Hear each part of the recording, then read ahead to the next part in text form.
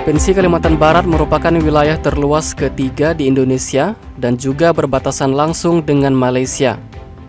Hal yang menjadi dasar bagi pemerintah Provinsi Kalimantan Barat akan pentingnya pembentukan Provinsi Kapuas Raya demi percepatan pembangunan, termasuk hal-hal yang berkaitan dengan kewenangan pemerintah daerah.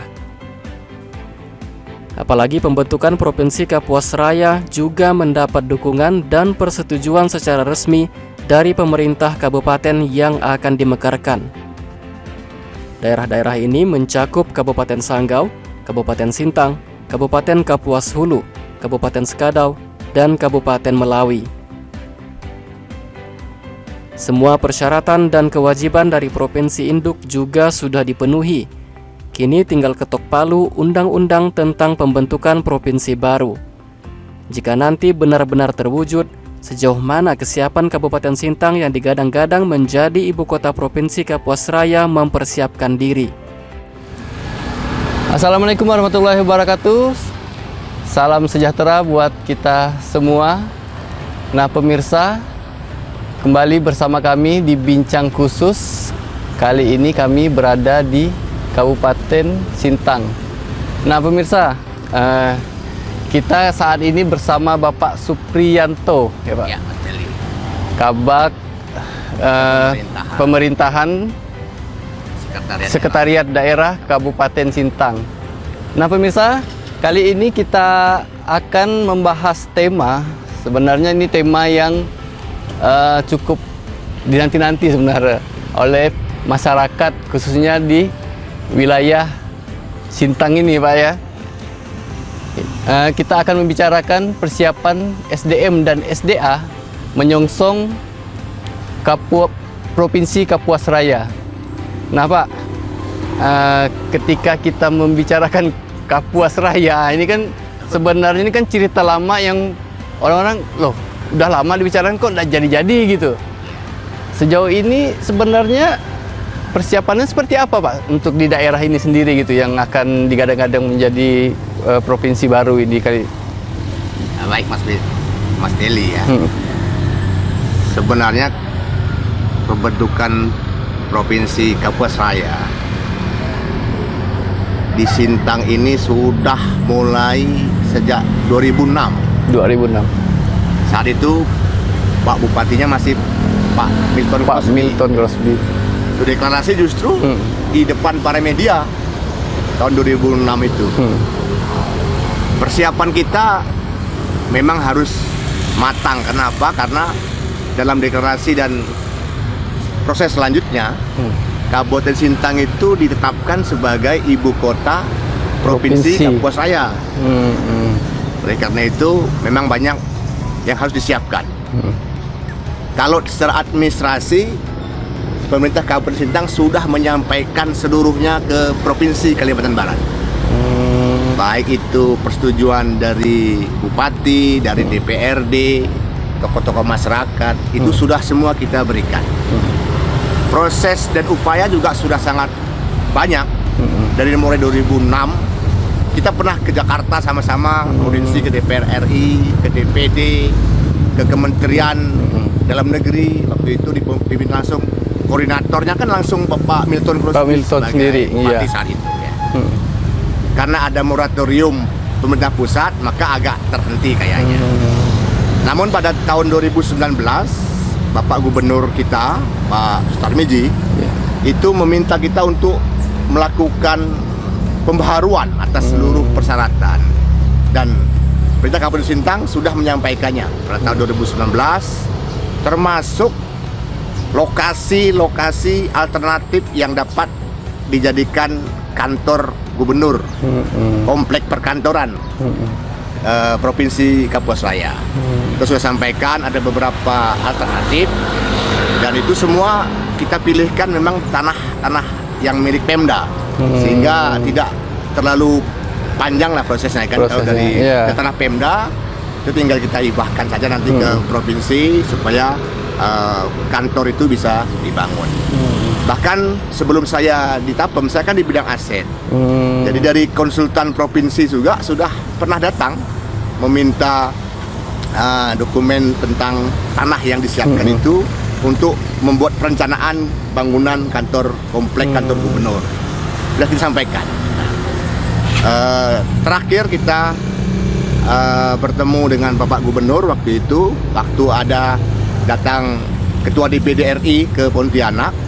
Itu memang disampaikan oleh Pak Gubernur bahwa prosesnya sudah ada di pusat, sehingga kita betul-betul menunggu Tinggal kebijakan menunggu dari pemerintah pusat. Nah, untuk mencapai itu nanti itu benar bahwa Sintang sebagai ibu kota Provinsi Kapuasaya sesuai kesepakatan 5 kabupaten, Sanggau, Sekadau, Sintang, Melawi, dan Kapuas Hulu, dan memang posisinya sudah sangat strategis karena tengah di tengah-tengah antara 5 kabupaten, harus mempersiapkan diri secara matang.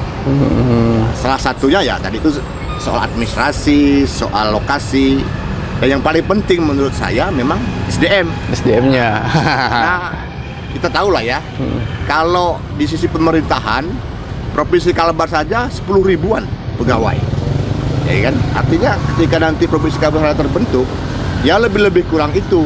Nah, kita harus menyiapkannya itu. Memang nanti ada dari provinsi yang Digeser. ini, ada juga yang dari kabupaten 5 kabupaten tercakup untuk masuk di provinsi. Tapi Sintang sendiri juga harus mempersiapkan diri karena ibu kota di sini, sehingga paling tidak ya orang Sintang bisa masuk menjadi orang yang menentukan kebijakan atas pelaksananya ini. Tapi tidak boleh egois lah, karena kabupatennya kan banyak. Iya. Itu jadi sisi SDM Sintang ini kan jumlah penduduk saja besar ya, 423.000 penduduknya, menyebar di 14 kecamatan, 391 desa, 16 kelurahan, yang punya wilayah sangat luas, 21.000 lebih kilometer persegi. Tapi masih luas Kapuas Hulu, jadi kalau dihitung luasnya Kapuas Hulu lebih luas, tapi Sintang memang sangat luas. Pembentukan Provinsi Kapuasaya ini harus dipahami bahwa ini kepentingan kita sebenarnya, kepentingan daerah, kepentingan masyarakat. Jangan sampai muncul pemikiran-pemikiran bahwa pembentukan ini adalah kepentingan elit, bukan. Kita bisa lihat, karena apa? Ketika provinsi terbentuk, pertama pendekatan pelayanan yang harusnya sekarang ke Pontianak, nanti sudah di Sintang saja. Lebih dekat. Lebih dekat. Pertama. Yang kedua, kita ini kan jalur lintas antar negara. Iya. Sintang, Sanggau, Kapuas Hulu itu merupakan kabupaten yang punya batas langsung dengan Malaysia. Negeri tetangga. Tetangga. Jadi akan lebih mudah aksesnya nanti kita untuk paling tidak ya menjaga wilayah, meningkatkan ekonomi di perbatasan dan lain sebagainya kan ada terbuka ruang nanti untuk kerjasama dengan negara lain. Apalagi gubernur posisinya sangat strategis karena selain kepala daerah, dia juga kepala pemerintahan, wakil pemerintah pusat di daerah. Iya. Itu.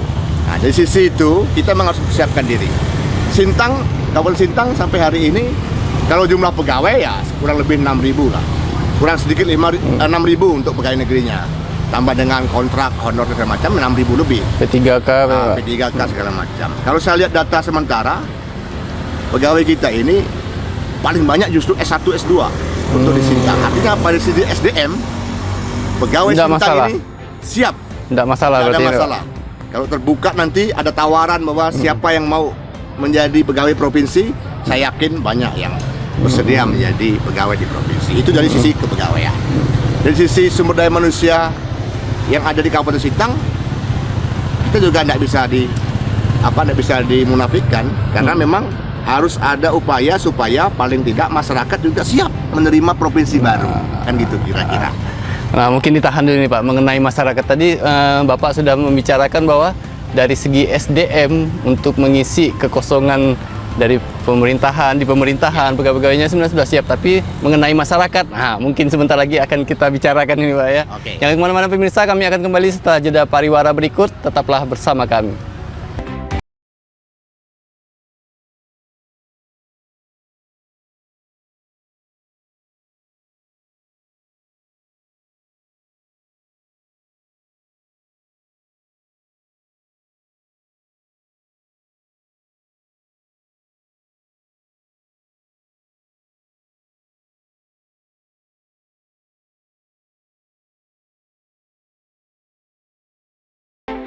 Nah pemirsa, kembali lagi bersama kami di Bincang Khusus mengenai pemekaran Kapuas Raya. Nah Pak, tadi kan kita terputus di SDM mengenai masyarakatnya nih.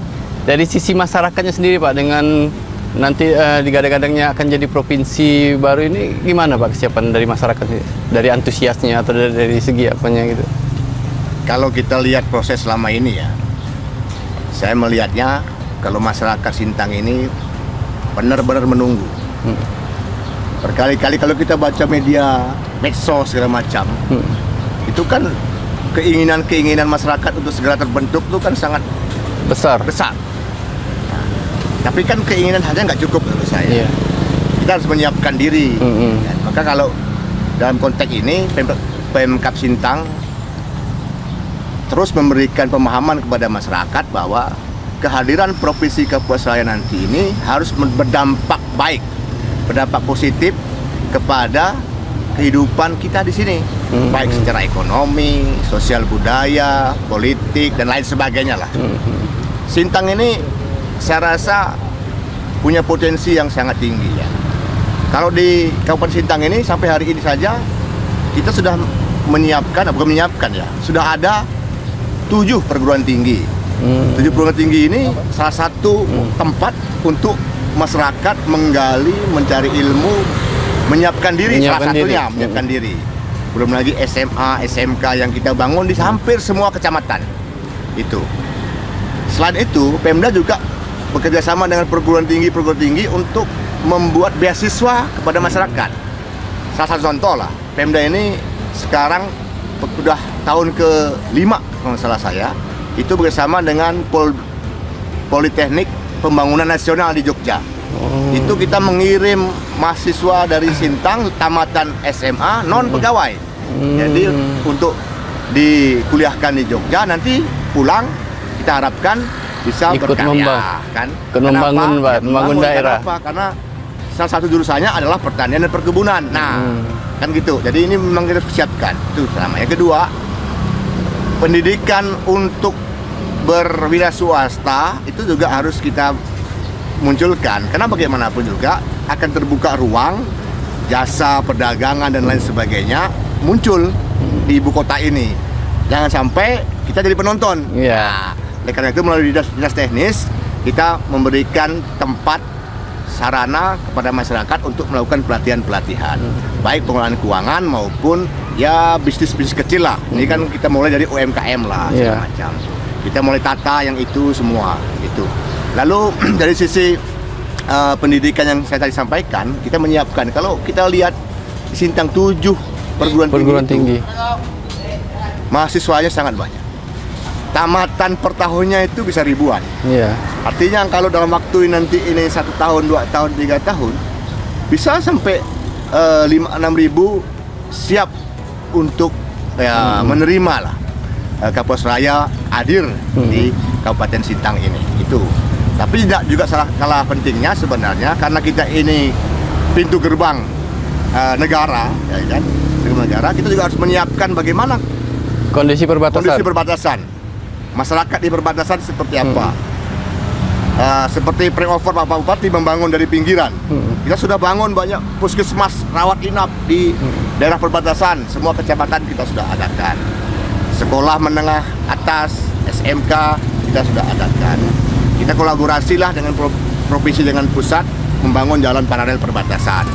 Itu akan membuka ruang. Nah, sekarang pada posisi membuka ini dari pusat ya. Kita sudah menyetujui pembukaan PLBN untuk di Sungai Keli.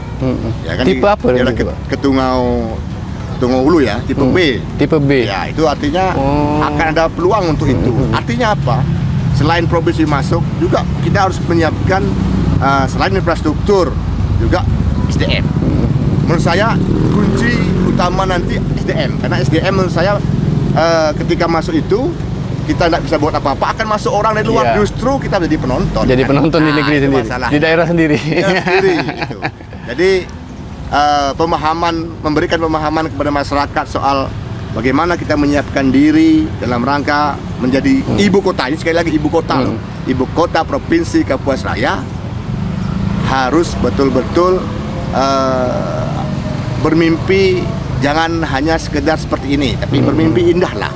Supaya Mimpi indah dengan menyiapkan diri. Dengan menyiapkan diri. Pertama itu. Perbankan kita di Sintang ini, BCA aja udah masuk. Jadi Mas kalau bayangkan, kalau bank BCA sudah masuk di sebuah wilayah, itu artinya sebenarnya secara ekonomi sudah sangat bagus kan itu. Itu kira-kira beberapa persiapan kita untuk menyiapkan SDM yang ada di Kabupaten, khususnya di luar aparatur ya. Karena aparatur ini kan terikat karet dan lain sebagainya. Tapi kalau masyarakat umum itu yang memang catatan kita sebenarnya. Gitu. Sebenarnya udah siap juga. Pak, kalau misalnya dari bidang kesehatan sendiri, Pak, rumah sakitnya sendiri apa ini udah tipenya udah standar untuk sebuah provinsi itu? Rumah sakit Sintang ini tipe B.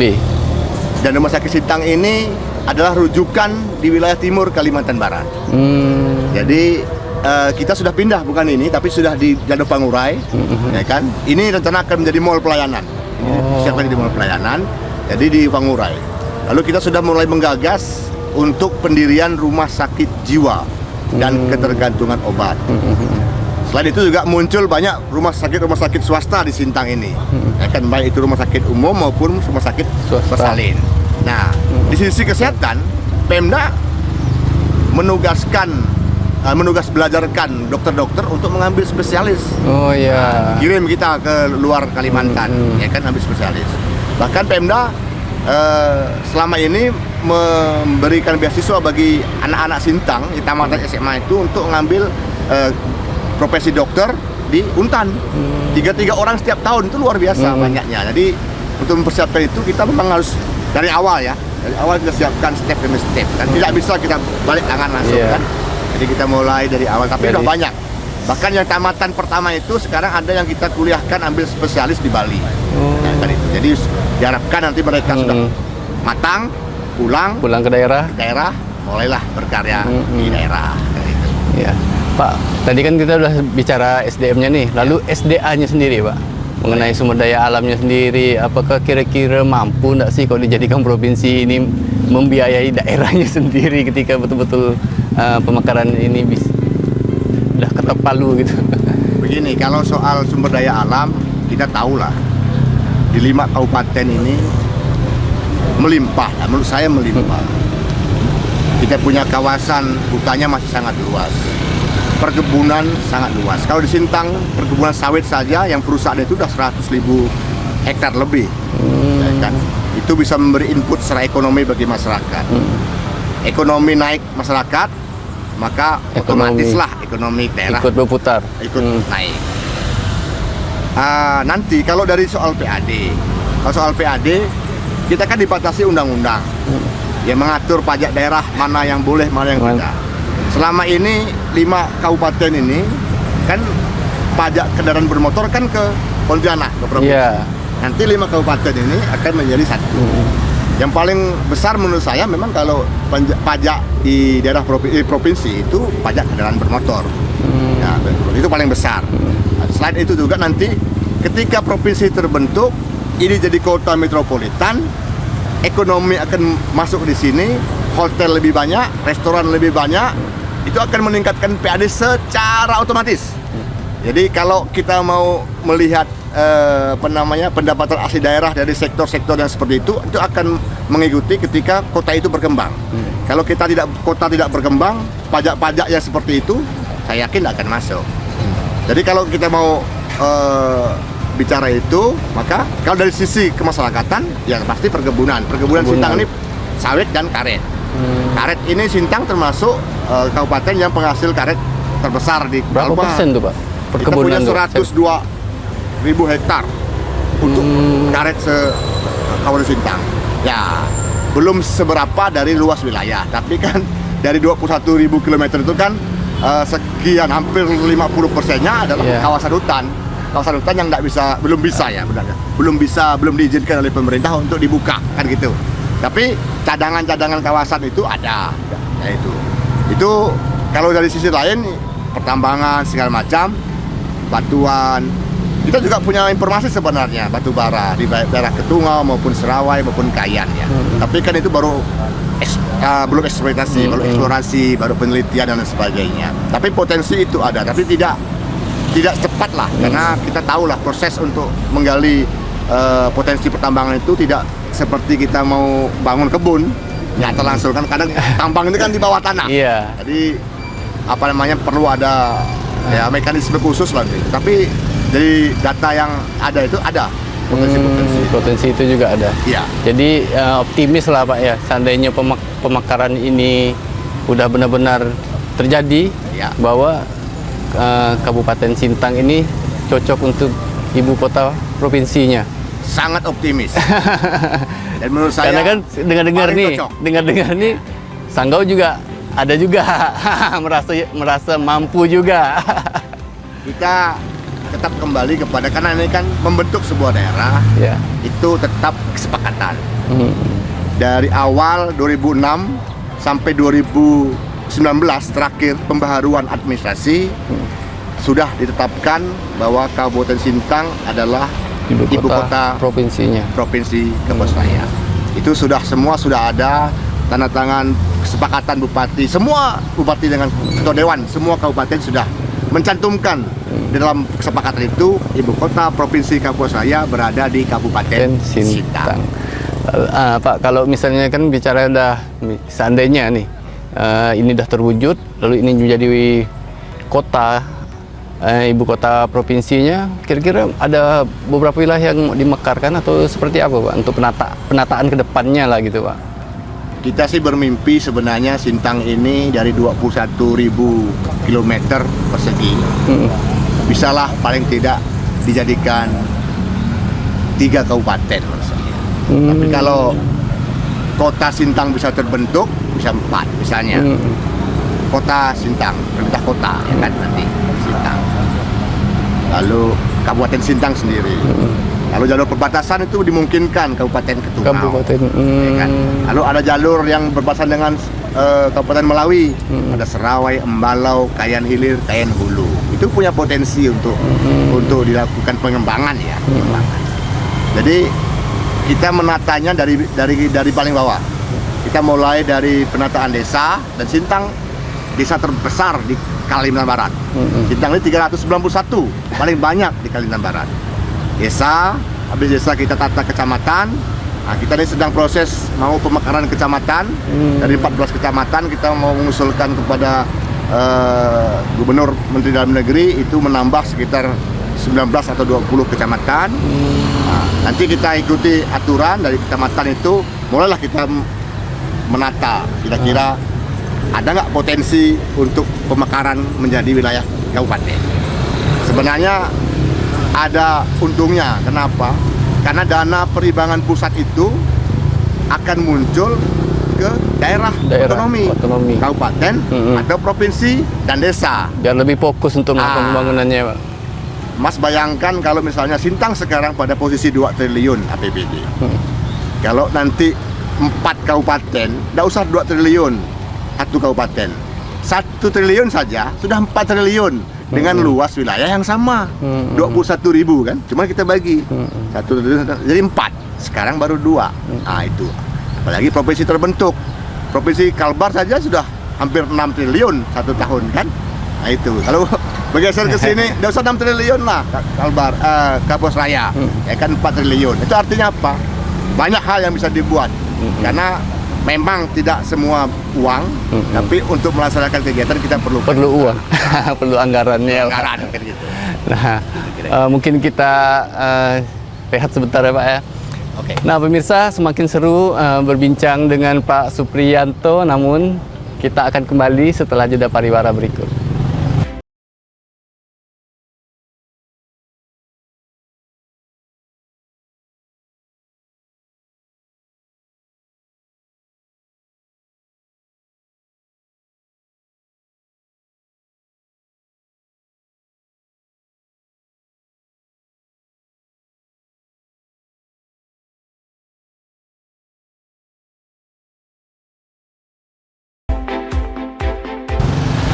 Nah pemirsa, kembali lagi bersama kami di bincang khusus mengenai persiapan SDM dan SDA menuju Kabupaten Sintang, menuju terbentuknya Provinsi Kapuas Raya. Nah, Pak, mungkin di penghujung acara ini, Pak ya. Iya, Mas. Kita kan tentu tidak ingin masyarakat ini kan sebenarnya tadi Bapak seperti Bapak bilang antusias nih, antusias tinggi. Tapi kan kita berharap tidak hanya sekedar euforia, Pak ya. Betul. Nanti justru tadi seperti Bapak bilang lah, hanya jadi penonton di daerahnya sendiri. Nah, mungkin harapan Bapak sendiri serta pesan mungkin ke masyarakat itu seperti apa? Udah pastilah kita seperti yang saya sampaikan tadi, kita membentuk sebuah daerah otonomi baru ini kan prosesnya panjang. Perjuangannya panjang. Jangan disia-siakan. Pemikirannya juga harus luas. Iya. Biaya yang diperlukan juga banyak. Kita tidak boleh menyia-nyiakan kesempatan yang ada. Oleh karena itu saya menghimbau lah kepada seluruh masyarakat di Kabupaten Sintang khususnya, agar mari kita bersama-sama menyiapkan diri apabila nanti Provinsi Kapuas Raya terbentuk.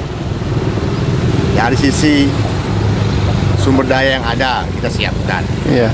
Dari sisi usaha kita siapkan. Dari sisi kesiapan lain harus kita matangkan. Kita sebagai bagian dari NKRI, ya kan? Apapun yang akan diputuskan oleh Bapak Presiden, apapun yang akan diputuskan oleh negara ini terhadap pembentukan Provinsi Kapuas Raya yang kita harapkan, dambakan sudah bertahun-tahun ini bisa diwujudkan. Tentu jangan sampai kita hanya menjadi penonton. Itu yang paling penting.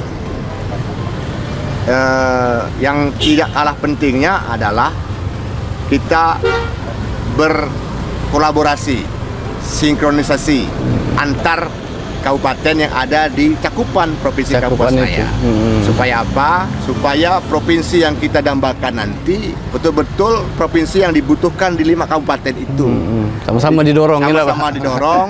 Kita kerjasama, kita bantu pemerintah provinsi untuk segera merealisasikan apa yang kita harapkan. Tidak bisa kita bilang tidak mengharapkan, karena apa? Kita sudah sepakat secara bersama-sama, baik itu bupati, DPRD, dan masyarakat untuk mewujudkannya. Sekali lagi, kita siapkan sumber daya manusia yang ada, kita optimalkan sumber daya alam yang ada untuk menyongsong Provinsi Kapuas Raya dan Kabupaten Sintang menjadi ibu kota provinsinya. Saya rasa itu, Mas. Nah, pemirsa, seperti yang sudah dibeberkan oleh Pak Supriyanto sendiri tadi mengenai dari kesiapan SDM, dari kesiapan SDA-nya sendiri sebenarnya sudah matang. Hanya tinggal betul-betul ketok palu dan terwujud. Perjuangan ini sudah siap diterima oleh masyarakat dan pemerintah setempat. Nah, pemirsa, terima kasih telah bergabung bersama kami di Bincang Khusus kali ini. Kita akan bertemu di lain waktu. Assalamualaikum warahmatullahi wabarakatuh. Salam sejahtera buat semuanya. Sampai jumpa. Terima kasih. Terima kasih, Mas.